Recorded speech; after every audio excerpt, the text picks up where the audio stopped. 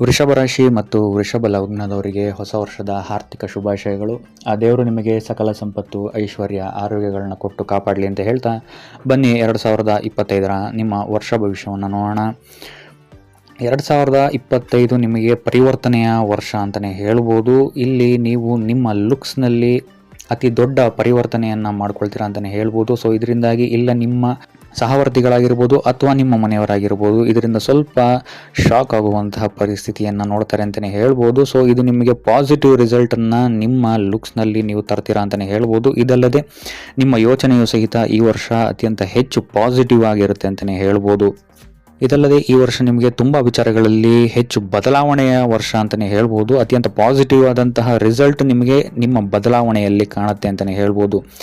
ಜನವರಿಯಿಂದ ಹಿಡಿದು ನವೆಂಬರ್ವರೆಗೂ ನಿಮ್ಮ ಮಿತ್ರರ ಸಹಕಾರ ನಿಮಗೆ ಅತ್ಯುತ್ತಮವಾಗಿ ಸಿಗುತ್ತೆ. ಇಲ್ಲಿ ನೀವು ಹೆಚ್ಚು ಅವ್ರ ಜೊತೆ ಪಾರ್ಟಿ ಆಗಿರ್ಬೋದು ಅಥವಾ ತಿರುಗಾಡೋದಾಗಿರ್ಬೋದು ಈ ವರ್ಷ ಹೆಚ್ಚು ಎಂಜಾಯನ್ನು ಮಾಡ್ತೀರಾ ಅಂತಲೇ ಹೇಳ್ಬೋದು. ಇದಲ್ಲದೆ ವರ್ಷದ ಪ್ರಾರಂಭದಿಂದಲೂ ಸಹಿತ ನಿಮಗೆ ಇಲ್ಲಿ ಶುಭ ಸುದ್ದಿಗಳು ಸಹಿತ ಹೆಚ್ಚಾಗಿ ಸಿಗುತ್ತೆ ಅಂತಲೇ ಹೇಳ್ಬೋದು. ಸೊ ಇದರಿಂದಾಗಿ ವರ್ಷದ ಪ್ರಾರಂಭದಿಂದ ನೀವು ಸ್ವಲ್ಪ ಖುಷಿಯಾಗಿರ್ತೀರಾ ಅಂತಲೇ ಹೇಳ್ಬೋದು. ಇದಲ್ಲದೆ ಈ ವರ್ಷ ನೀವು ಹೆಚ್ಚು ದೇಶ ವಿದೇಶಗಳಲ್ಲಿ ಯಾತ್ರೆಗಳನ್ನು ಮಾಡ್ತೀರಾ ಅಂತಲೇ ಹೇಳ್ಬೋದು. ಇದಲ್ಲದೆ ಈ ವರ್ಷ ನಿಮ್ಮ ಎಂಜಾಯ್ಮೆಂಟ್ಗೆ ಅತ್ಯುತ್ತಮವಾದಂತಹ ವರ್ಷವಾಗಿರುತ್ತೆ. ಟ್ರಾವೆಲಿಂಗ್ ಆಗಿರ್ಬೋದು, ಎಂಟರ್ಟೈನ್ಮೆಂಟ್ ಆಗಿರ್ಬೋದು, ಅಡ್ವೆಂಚರ್ ಆಗಿರ್ಬೋದು ನೀವು ಈ ವರ್ಷ ಅತ್ಯಂತ ಹೆಚ್ಚಾಗಿ ನೋಡ್ತೀರಾ ಅಂತಲೇ ಹೇಳ್ಬೋದು. ಇದಲ್ಲದೆ ನೀವು ಯಾರು ಇದುವರೆಗೂ ಸೋಷಿಯಲ್ ಮೀಡಿಯಾದಲ್ಲಿ ಇರಲಿಲ್ಲ ಅಂಥವರು ಸಹಿತ ಈ ವರ್ಷ ಸೋಷಿಯಲ್ ಮೀಡಿಯಾದಲ್ಲಿ ತಮ್ಮ ಲಕ್ಕನ್ನು ಟ್ರೈ ಮಾಡ್ತೀರಾ ಅಂತಲೇ ಹೇಳ್ಬೋದು. ಕಲೆಗೆ ಸಂಬಂಧಿಸಿದಂತೆ ನೀವು ಈ ವರ್ಷ ಸೋಷಿಯಲ್ ಮೀಡಿಯಾದಲ್ಲಿ ಹೆಚ್ಚು ಆ್ಯಕ್ಟಿವ್ ಆಗಿರ್ತೀರಾ ಅಂತಲೇ ಹೇಳ್ಬೋದು. ಇನ್ನು ಆರ್ಥಿಕ ವಿಚಾರವನ್ನು ನಾವು ನೋಡುವಂಥದ್ದಾದರೆ ಈ ವರ್ಷ ನಿಮಗೆ ಅತಿ ಹೆಚ್ಚು ಏರಿಳಿತಗಳನ್ನು ನೀವು ನೋಡ್ತೀರಾ ಅಂತಲೇ ಹೇಳ್ಬೋದು. ಜನವರಿ, ಫೆಬ್ರವರಿ, ಏಪ್ರಿಲ್, ಅಕ್ಟೋಬರ್ ಮತ್ತು ಡಿಸೆಂಬರ್ ಈ 5 ತಿಂಗಳು ನೀವು ಹಣದ ವಿಚಾರದಲ್ಲಿ ಸ್ವಲ್ಪ ತೊಂದರೆಗಳನ್ನು ಹೆಚ್ಚಾಗಿ ಅನುಭವಿಸ್ತೀರಾ ಅಂತಲೇ ಹೇಳ್ಬೋದು. ಖರ್ಚು ಹೆಚ್ಚಾಗಬಹುದು.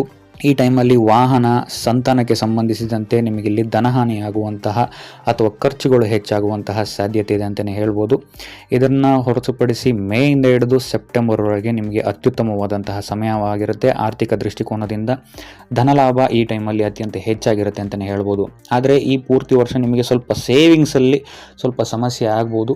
ದುಡ್ಡು ಬರ್ತಾ ಇದೆ, ದುಡ್ಡು ಹೋಗ್ತಾ ಇದೆ ಅಂತಲೇ ಅನ್ನಿಸ್ತಾ ಇರ್ಬೋದು. ಸೇವಿಂಗ್ಸ್ ಮಾಡೋದಕ್ಕೆ ಈ ವರ್ಷ ಸ್ವಲ್ಪ ಕಷ್ಟ ಆಗುತ್ತೆ ಅಂತಲೇ ಹೇಳ್ಬೋದು. ಇನ್ನು ಕುಟುಂಬ ವಿಚಾರಕ್ಕೆ ಬರುವಂಥದ್ದಾದರೆ ಈ ವರ್ಷ ಕುಟುಂಬ ವಿಚಾರದಲ್ಲೂ ಅಷ್ಟೇ ಅತ್ಯುತ್ತಮವಾದಂತಹ ವರ್ಷವಾಗಿರುತ್ತೆ ನಿಮಗೆ ಅಂತಲೇ ಹೇಳ್ಬೋದು. ಕುಟುಂಬದಲ್ಲಿ ಶುಭ ಸುದ್ದಿಗಳು ಸಹಿತ ನಿಮಗೆ ಈ ವರ್ಷ ಹೆಚ್ಚಾಗಿ ಸಿಗಬಹುದು. ಇದಲ್ಲದೆ ಮಂಗಳ ಕಾರ್ಯಗಳು ಸಹಿತ ನಿಮ್ಮ ಕುಟುಂಬದಲ್ಲಿ ಈ ವರ್ಷ ಆಗ್ಬೋದು ಅಂತಲೇ ಹೇಳ್ಬೋದು.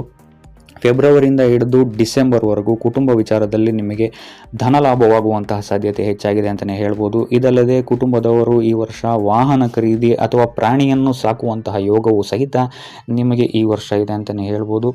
ಇನ್ನು ನಿಮ್ಮ ಸಂತಾನದಿಂದಲೂ ಸಹಿತ ನಿಮಗಿಲ್ಲಿ ಹೆಚ್ಚು ಗೌರವ ಸಿಗುತ್ತೆ ಅಂತಲೇ ಹೇಳ್ಬೋದು.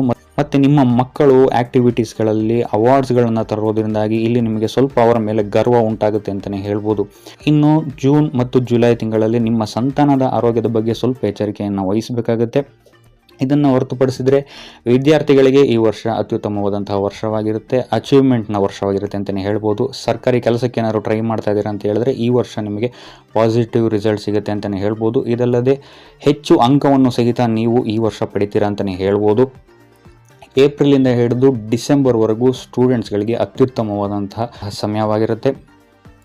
ಇಲ್ಲಿ ನೀವು ಇಷ್ಟಪಟ್ಟಂತಹ ನಿಮ್ಮ ಆಸೆಗಳು ಪೂರ್ತಿಯಾಗುತ್ತೆ ಅಂತಲೇ ಹೇಳ್ಬೋದು. ಇದಲ್ಲದೆ ವಿದೇಶದಿಂದಲೂ ಸಹಿತ ನಿಮಗಿಲ್ಲಿ ಧನಲಾಭವಾಗುವಂತಹ ಸಾಧ್ಯತೆ ಹೆಚ್ಚಾಗಿದೆ ಅಂತಲೇ ಹೇಳ್ಬೋದು.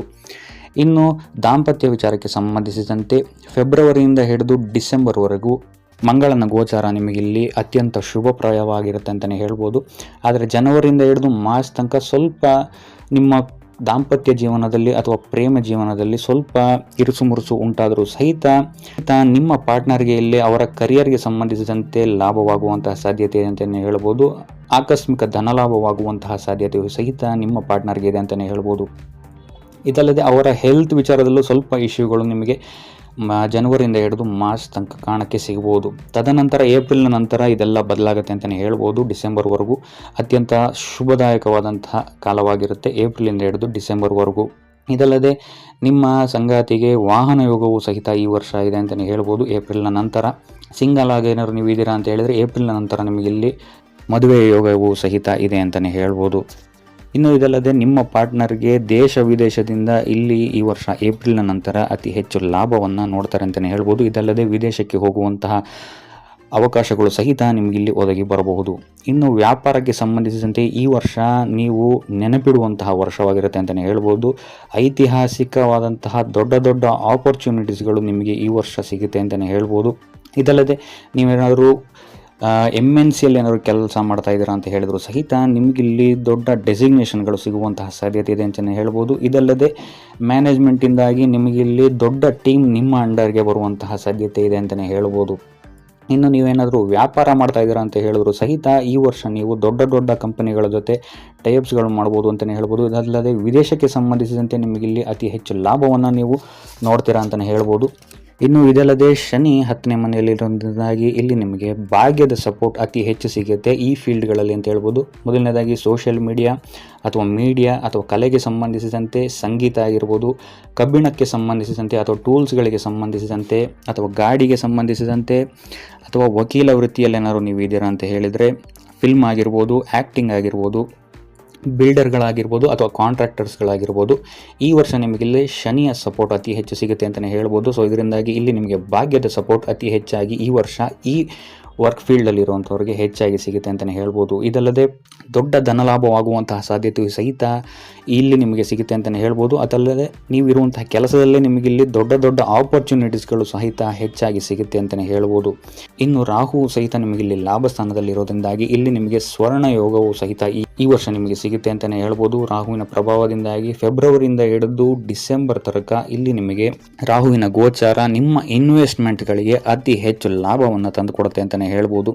ನೀವೇನಾದ್ರು ಇನ್ವೆಸ್ಟ್ ಮಾಡಬೇಕು ಅಂತಿದ್ರೆ ಅಥವಾ ಇದುವರೆಗೂ ಏನಾದರೂ ನೀವು ಕದ್ದು ಮುಚ್ಚಿ ಇನ್ವೆಸ್ಟ್ ಮಾಡಿದ್ರು ಸಹಿತ ಇಲ್ಲಿ ನಿಮಗೆ ದೊಡ್ಡ ರಿಟರ್ನನ್ನು ರಾಹು ಗ್ರಹ ತಂದು ಕೊಡ್ತಾನೆ ಅಂತಲೇ ಹೇಳ್ಬೋದು. ಇನ್ನು ಚಂದ್ರನ ಗೋಚಾರ ನಿಮಗೆ ಇಲ್ಲಿ ಸ್ವಲ್ಪ ವೀಕ್ ಆಗಿರೋದ್ರಿಂದಾಗಿ ಇಲ್ಲಿ ನೀವು ನದಿ ಅಥವಾ ಸಮುದ್ರಕ್ಕೆ ಸಂಬಂಧಿಸಿದಂತೆ ಯಾತ್ರೆಗಳೇನಾದ್ರು ಮಾಡ್ತಾ ಇದ್ದೀರಾ ಅಂತ ಹೇಳಿದ್ರೆ ಅತಿ ಹೆಚ್ಚು ಎಚ್ಚರಿಕೆಯನ್ನು ವಹಿಸಬೇಕಾಗುತ್ತೆ. ಹರಿಯುವ ನೀರಿನಿಂದ ಈ ವರ್ಷ ಆದಷ್ಟು ದೂರ ಇರುವಂಥದ್ದು ಉತ್ತಮ.